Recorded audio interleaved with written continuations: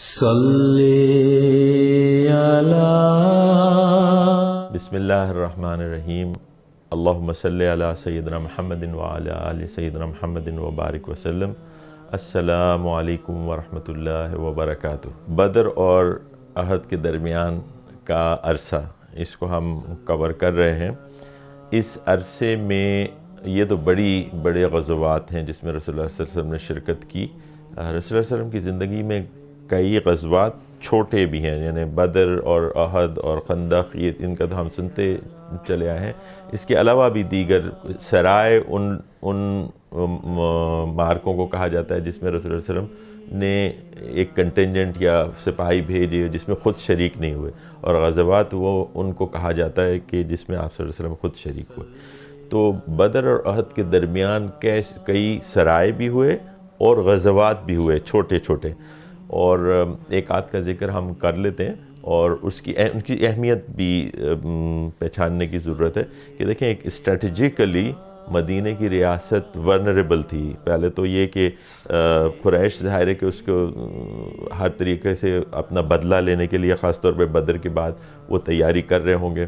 اور دوسرے یہ کہ خود جو یہود کے معاملات مدینہ کے اندر ہم نے پچھلے سیگمنٹ میں دیکھے، اس کے حساب سے بھی مسائل تھے، اور پھر دیگر قبائل جو اراؤنڈ مدینہ یا مکہ مدینہ کے درمیان اور دیگر ٹریڈ روٹس کے اوپر آباد تھے، ان کے ساتھ تعلقات، اور ان کے ساتھ ان سے بھی اکثر خطرات بھی رہتے تھے اور کچھ الائز بھی تھے۔ تو اس سارے سینیریو کے اندر یہ ریاست آگے بڑھ رہی تھی، اور اس ریاست کے آگے بڑھتے بڑھتے کئی ایسے مواقع آئے جہاں پہ یہ آرم کانفلکٹ کی شکل وہ اختیار کر گئے۔ اور جیسے میں نے بتایا کہ بڑے غزوات کے درمیان کچھ چھوٹے چھوٹے سرائے اور چھوٹے چھوٹے غزوات بھی ہوئے۔ ایک قبیلے نے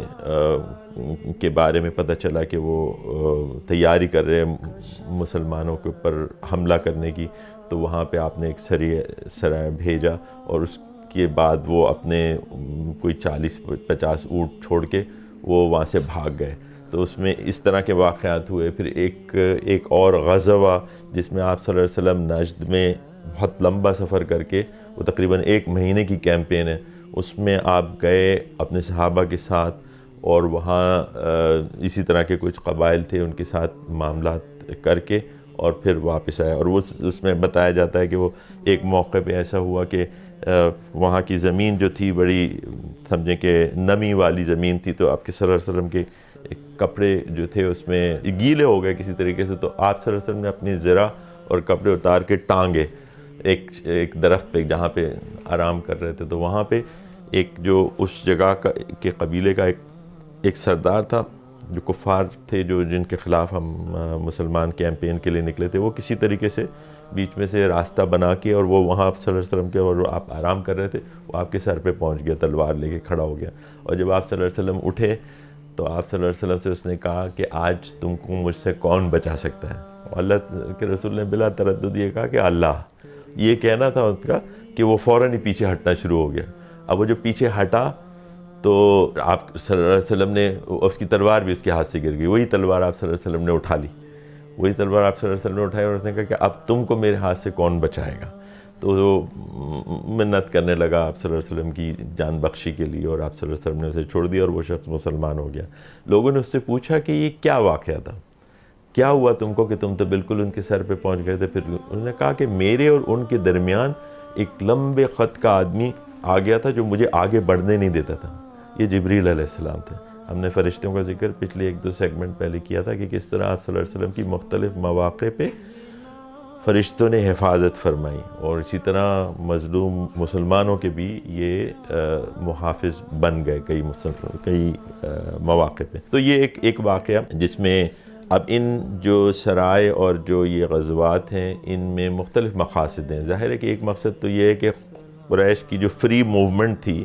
اس کو تھریٹن کرنا، کہ وہ محسوس کریں مسلمانوں کا دباؤ، اور ظاہر ہے کہ دباؤ جب محسوس کریں گے تو کوئی اور کارروائی کرنے سے پہلے وہ اچھی طرح سوچیں گے کہ یہ کوئی آسان کام نہیں ہے ان کے ساتھ نمٹنا۔ تو اس حساب سے بھی اپنی ایک پوزیشن قائم کرنے کے لیے، اور سیاسی لحاظ سے بھی اسٹرانگ اپنے آپ کو کرنے کے لیے یہ سارے کارروائی ہوتی تھی. پھر ایک تربیت کا عنصر اس کے اندر موجود تھا کہ جو سرائے ہوتے تھے، جیسے ہم نے کہا کہ غزوہ، اتنا لمبا غزوہ کہ 1 مہینے تک مسلمان جو ہے آپ صلی اللہ علیہ وسلم کے ساتھ رہیں، تو ایک تربیت کا ایک ماحول کہ رسول کے ساتھ 1 مہینے سفر کی حالت میں گزارنا، یہ بہت اہم تربیت کا ایک موقع مسلمانوں کو کے لیے ہو سکتا ہے، بجائے اس کے کہ ایک عام شہری ماحول کے اندر جہاں کبھی کبھی آپ صلی اللہ علیہ وسلم سے ملاقات ہو رہی ہے، اس کی بنسبت ایک 1 منتھ کی جو نا ایکسٹینسو ٹریننگ آپ کہہ لیں، اس کے علاوہ حربی جو ٹریننگ ہے، تیاری ہے، جس کے لیے ہمیں اس دور میں نہیں، اس دور میں بھی قرآن کی آیات ہیں کہ اپنے آپ کو پریپیئر رکھو، اپنے آپ کو تیار رکھو کہ تمہاری تیاری سے لوگ خوف زدہ ہو کہ تم پہ حملہ آور نہ ہو. تو یہ سب یہ قرآن اور سنت سے ہمیں ساری چیزیں پتہ چلتی ہیں، اور یہی ہم نے کرنا ہے، اسی کے حساب سے چلنا ہے. اگر جہاں اس میں لغزش ہوگی، جہاں اس میں کمزوری ہوگی، وہاں پہ ہمارے جو دشمنان ہیں وہ ہمیں اچک لیں گے اور ہمیں زخم پہنچائیں گے، ہمیں پریشان کریں گے.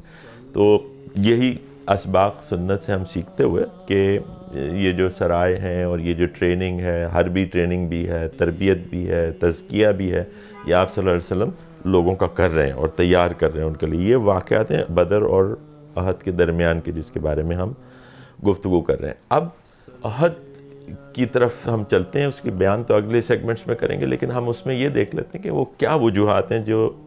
جنگ احد کا سبب بنی. بیسیکلی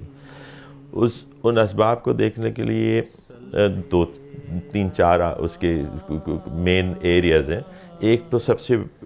اہم وجہ تو یہ ہے کہ جس کو آپ کہہ لیں کہ مذہبی یا ریلیجس وجہ تھی، کہ وہ اسلام کا پھیلاؤ جو تھا اس سے خائف تھے اور ان کو ناپسند تھا. وہ مکے میں رہتے ہوئے بھی اس کی انہوں نے مخالفت کی، جب مدینے جا رہے تھے اس وقت جانے کے بعد وہ ہر وقت وہ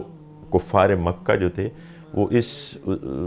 اس مشن پہ وہ کام کر رہے تھے کہ اس پھیلاؤ کو، لوگوں میں دین کے پھیلنے کو روکا جائے کسی طریقے سے، اس کے آگے کوئی بندش ڈالی جائے. تو ایک تو سب سے بڑی وجہ یہ تھی. اب بدر میں ہزیمت اٹھانے کے بعد بھی وہ اپنے اس مشن کو ترک نہیں کرتے تھے، وہ بہرحال یہ چاہتے تھے کہ یہ جو ہے ایک حد سے زیادہ وہ نہ بڑھے. دوسری اہم وجہ جو احد کی جنگ کی سمجھ لیں کہ اس کا کردار ہے، وہ ہے اکنامک اور فائنینشیل ریزنز. وہ یہ ہوا کہ ان کی اکانومی کو سخت خطرہ ہو گیا اب مسلمانوں سے، جن کے مال و اسباب لوٹ کے، جن کے ضبط کر کے مکے میں ان کو نکال دیا تھا، اس کو واپس بھی نہیں دیا تھا. اور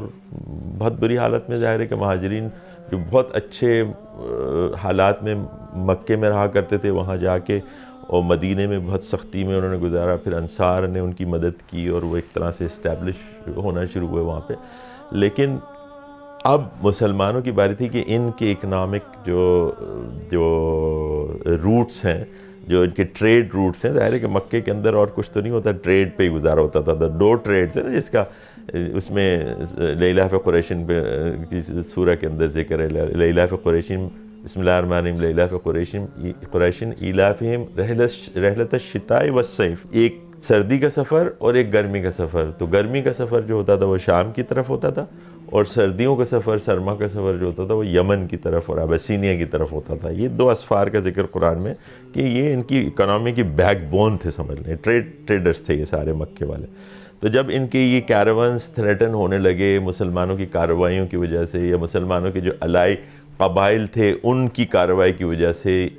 یہ لوگ پریشان ہوئے. یہاں تک کہ انہوں نے یہ کہا کہ جی سیریا کا جو روٹ تھا وہ تو اس پہ تو بہت پریشانی، ظاہر ہے کہ وہ بالکل بندی ہو گیا ایک طرح سے، کہ جب یہ جاتے تھے بدر کے معاملے میں بھی ہم نے دیکھا کہ وہ ایکچولی وہ ٹریڈ کیروان ہی تھا جس کی وجہ سے جس کے ساتھ یہ سارے جنگ کا معاملہ شروع ہوئے، اور دیگر کئی جگہوں پہ سرائے سے ان کو انٹرسیپٹ کیا آپ صلی اللہ علیہ وسلم نے اور ان کے الائز نے. اب ایک طرف کا تو معاملہ ان کا ختم ہو گیا، سیریا جانے کا جو موسم گرما کا ان کا سفر جس کا ابھی صورت میں ذکر ہم نے کیا. دوسرا ان کا جو سفر ہوتا تھا جو یمن کا ہوتا تھا اور ابسینیا جاتے تھے، وہ ابھی تھریٹن نہیں تھا، اس میں وہ آ رہے جا رہے تھے اور وہ کاروبار چلتا تھا ان کا. لیکن وہ بھی ایکچولی افیکٹ اس وجہ سے ہوا کہ ان کے کاروبار کا معاملہ یوں تھا کہ یہ سیریا سے جو چیزیں لے کے آتے تھے وہ ٹریڈ صرف مکے کے لیے نہیں ہوتی تھی، بلکہ وہ اگلے سیزن کے اندر جو سرما کا ٹائم آتا تھا اس میں وہ لے جاتے تھے یمن اور ابسینیا، اور وہاں سے جو کچھ وہ لے کے آتے تھے وہ موسم گرما کے اندر شام کو لے جایا کرتے تھے. تو اس طرح سے although کہ ڈائریکٹلی فزیکلی تھریٹن نہیں ہوا وہ ایریا جو کہ یمن کا راستہ تھا ان کا یا ابسینیا کا، لیکن اوور آل ٹریڈ تو ان کا ختم ہو گیا، بالکل تباہ ہو گیا. اس کی کئی اس معاملے کے کئی اظہار جو قریش نے کیا ہے اپنا کہ ہم اب کیا کریں، یہ موجود ہے سیرت کی کتابوں میں. الفاظ آتے ہیں کہ مختلف لوگوں نے جو کہا کہ ہم تو تباہ ہو گئے، اکانومی تباہ ہو گئی. اکانومی ہم نے کہا ریلیجس ریزن، اس کے بعد اکنامک ریزن، اس کے بعد ایک سمجھے سوشیو پولیٹیکل ریزن بھی تھا. سوشیو پولیٹیکل ریزن یہ تھا کہ بدر میں شکست ہو گئی تھی، اس کے بعد ان کی جو سچویشن تھی ایز اے پولیٹیکل لیڈرشپ جو ان کی قریش کی مانی جاتی تھی عربیہ میں، وہ چیلنج ہو گئی تھی. اس کا ان کو بہت ملال تھا، اس کو ریسٹور کرنا چاہتے تھے.